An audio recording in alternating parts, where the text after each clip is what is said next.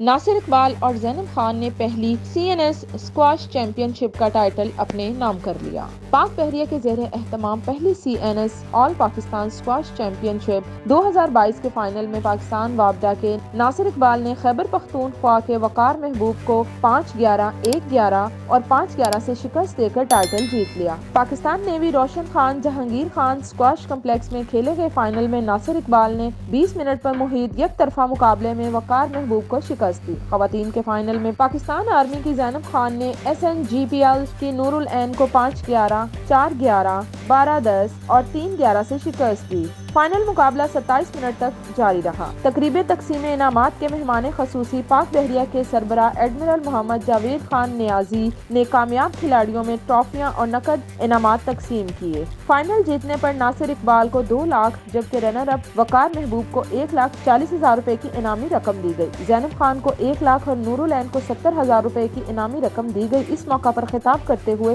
پاک بحریہ کے سربراہ ایڈمرل محمد امجد خان نیازی نے شاندار ایونٹ کے انعقاد کو سراہتے ہوئے منتظمین کو مبارکباد پیش کی۔ نیول چیف نے کھلاڑیوں کو شاندار کارکردگی کا مظاہرہ کرنے پر مبارکباد دیتے ہوئے انہیں مشورہ دیا کہ وہ جہانگیر خان جیسے لیجنڈز کی مثال پر عمل کرتے ہوئے بین الاقوامی سطح پر ناقابل شکست بنے اور اسکواش میں ماضی کی رونقیں بحال کریں۔